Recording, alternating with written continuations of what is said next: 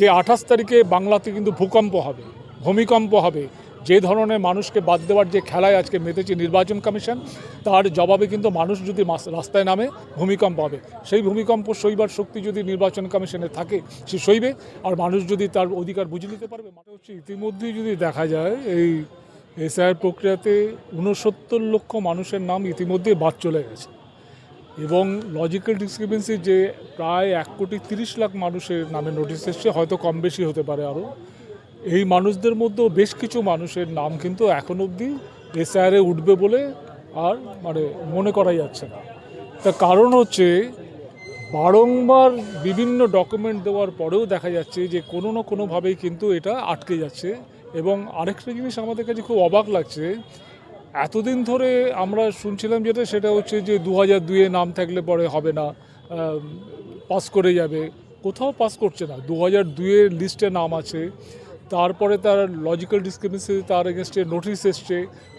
Notice আসার পরে যেটা করেছে সেটা হচ্ছে সে তার অ্যাডমিট কার্ড দেখিয়েছে, মাধ্যমিকের সার্টিফিকেট দেখিয়েছে, গ্র্যাজুয়েশন সার্টিফিকেট দেখিয়েছে, কি বলে পাসপোর্ট দেখিয়েছে, এবং এত কিছু এবং পাসপোর্ট জমির দলিল দেখিয়েছে। এত কিছুর পরেও তার নামটা কিন্তু আপলোড হচ্ছে না। এবং আমরা যা জানতে পারছি সেটা হচ্ছে এই যে AERO এবং ERO যাদের এই লজিক্যাল ডিসক্রিপেন্সির নোটিশগুলোর ক্ষেত্রে যাদের উপরে দায়িত্ব হচ্ছে এগুলোকে আপলোড করা, তারা যদি আপলোড না করে, আপলোড হচ্ছে না মানে তারা হয় আপলোড করছে না, আর নইলে আরেকটা কারণ হতে পারে, সেটা হচ্ছে যে অ্যাপটা দিয়ে এরা কাজটা করছে সেই অ্যাপটা হচ্ছে তার মধ্যেই ভুলটা আছে। এবং যেখান থেকে আমরা দেখছি বারবার করে 3বার করে নোটিশ আসছে মানুষের কাছে। আর যেটা যে জায়গাতে যাচ্ছে আর কি, আমরা আজকেই বলছিলাম প্রেস কনফারেন্সে, 480 ব্যাটালিয়ন বা 480 কোম্পানি, 5 লক্ষের মতো CRPFকে ইতিমধ্যে এখানে নিয়ে আসা হচ্ছে। এবং আনা হচ্ছে কী জন্য সেটা আমরা এখন অবধি যাই না। যেটা আমরা দেখতে পাচ্ছি সেটা হচ্ছে যে DO অফিসগুলো আছে, অর্থাৎ যে DM-এর অফিসগুলো, সেই অফিসগুলো একটা নিরাপত্তার চাদরে কিন্তু ঘিরে ফেলা হচ্ছে। এবং শুধু তাই নয়, এখন যদি আমরা হিসেব করি 294টা আমাদের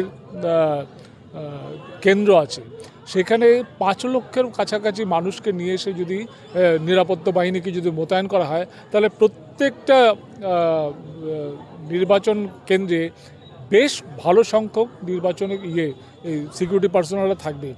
এটা দিয়ে যেটা করা হচ্ছে সেটা হচ্ছে এই যে পুরো বেআইনি কাজটাকে একটা আইনি রূপ দিতে গেলে ওরা জানে এটার এগেনস্টে রিভোল্ট হবে, ওরা জানে যে এটার এগেনস্টে মানুষ খেপে গিয়ে রাস্তায় নামতে পারে, সেইটা মোকাবেলা করবে। আমরা প্রশ্ন করছি এখানে যে যদি স্টেটের হাতে যদি এটা হয় যে সংবিধানগতভাবে স্টেটের হাতে আইন শৃঙ্খলার প্রশ্নটা স্টেট সাবজেক্ট, সেটাকে আমরা দেখছি যে কোনোভাবেই হোক না কেন কেন্দ্র আজকে ইউনিয়ন গভর্নমেন্ট নিজের হাতে নিয়ে যেতে চাইছে, যেটা আমরা মনে করছি একটা অসাংবিধানিক কাজ।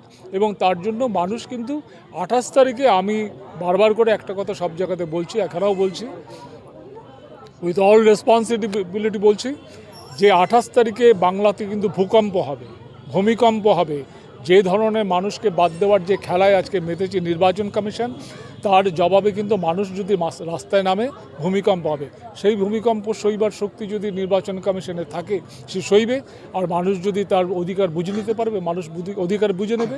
এবং আমরা জানি যে কোনো ঘটনা ঘটবে, যে কোনো আনটওয়ার্ড ইনসিডেন্ট ঘটতে পারে, যে কোনো ধরনের ভাঙচুর হতে পারে, যে কোনো ধরনের মানুষের যেগুলো আমরা কথায় কথায় সরকার থেকে বলা হয় যে হিংসাত্মক কার্যকলাপ, এগুলোকে দাগিয়ে দেওয়ার চেষ্টা হবে, প্রচুর মানুষকে জেলে পাঠানোর চেষ্টা হবে। কিন্তু এত কিছুর পরেও বাংলার মানুষ লড়বে বলেই আমাদের ধারণা।